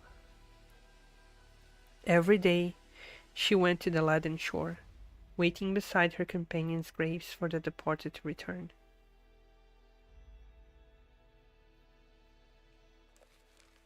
You keep watch at the station and find that woman's notes. The journal is filled with arcane language and theory, enigmatic models and formulas, too complex for ordinary minds. Perhaps it also hides a madness beyond normal perception. Or perhaps all of this is just a nightmare fabricated by the illusory moon to deceive you. Perhaps, somewhere in your subconscious, you want those days of darkness, that crushing despair, to be nothing but a dream, something conjured by your proximity to the abyss. Everything before you grows thin. This tide cycle is nearing its end. Next time, you wake in another corner of history. Just as you think this, there comes the vice in the small shack crackles to life. Her notes? I'm not sure. Maybe you guys should? Okay then. I'll just grab whatever I find. You guys can figure it out. The voice gets closer. It's not coming from the radio, but...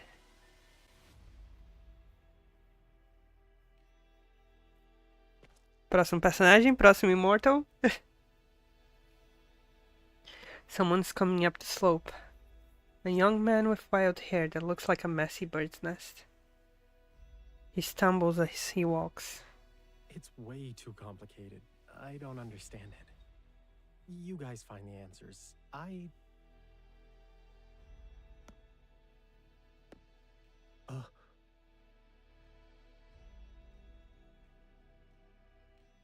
Com certeza ele é o próximo. This is your first meeting after a long goodbye. As the illusory moon fades, your consciousness recedes.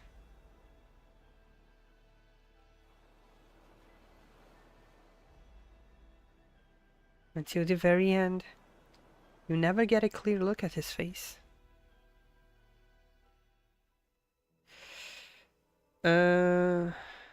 Eu não preciso gravar o time desse não. Foi péssimo. Ai, ai.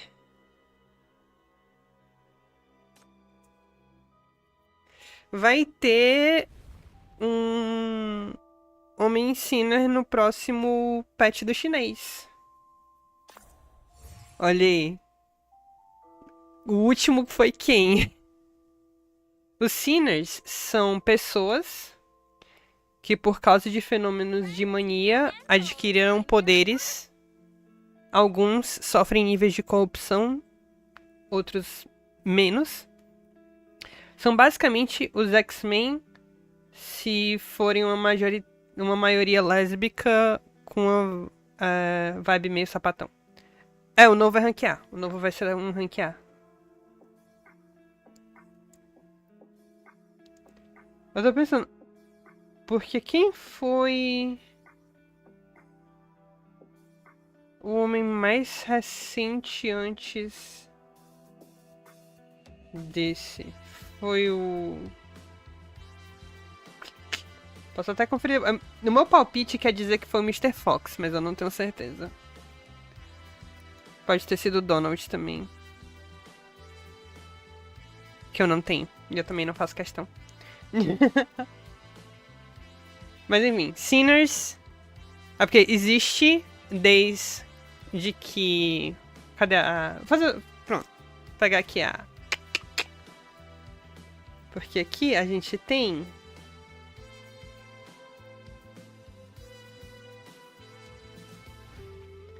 a linha do tempo. Um tempo atrás, caiu um meteoro, um cometa, que devastou grande parte do mundo, causou um monte de corrupção e surgiu essa energia, que foi apelidada de mania, que causa um monte de fenômenos e corrompe as pessoas e transforma elas em monstros e coisas do tipo. As expedições, incluindo essas da história, acabaram levando ao descobrimento dos hipercubos, que são um mineral que se manifesta de forma em cubos, que consegue anular os efeitos de mania.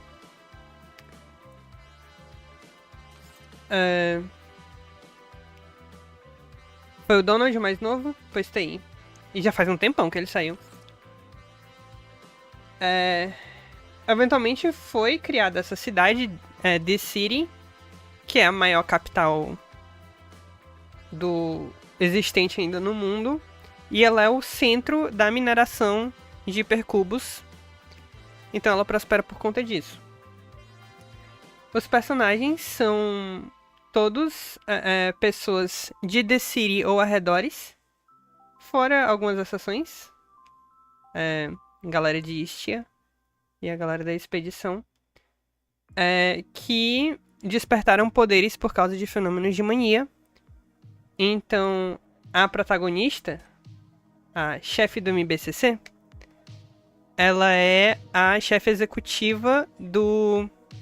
Não é chefe executiva, é tipo um chefe atuante do Minus Bureau of Crisis Control, que é esse órgão que combate crises causadas por mania. E eles funcionam como um centro de reabilitação para sinners. Então eles recrutam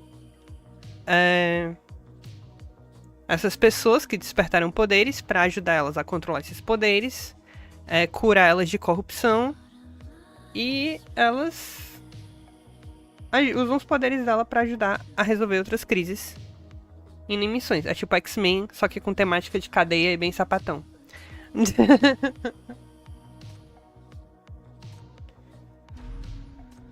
Então, depois eu vou recomeçar o Eternal Nightmare só porque, assim, eu não tô satisfeita.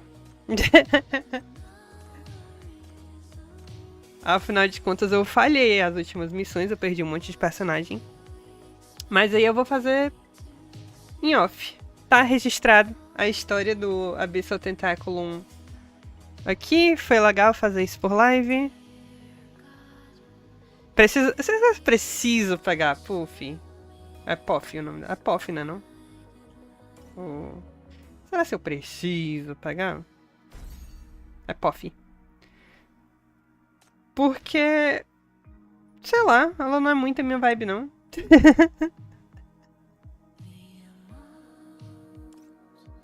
Que legal. Eu vou fazer porque eu quero fazer o modo. Não faço muita questão da personagem, não. Se pegar, massa. Enfim, acabou que o tempo deu certinho, que eu tô fazendo todas essas lives mais ou menos 2 horas cada uma. E aqui, 2 horinhas de live. Terminei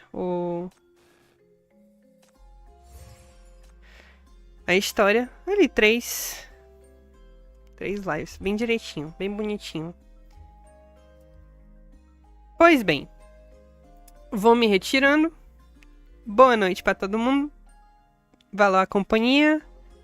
E Deus sabe aí, próxima vez que eu faço live aqui no YouTube. Mas quando eu catar algo que eu quero fazer, eu apareço. Ai, meu Deus. Ai. Catar uma coisa que eu quero fazer, eu faço de novo. É isso, falou, boa noite. Até mais.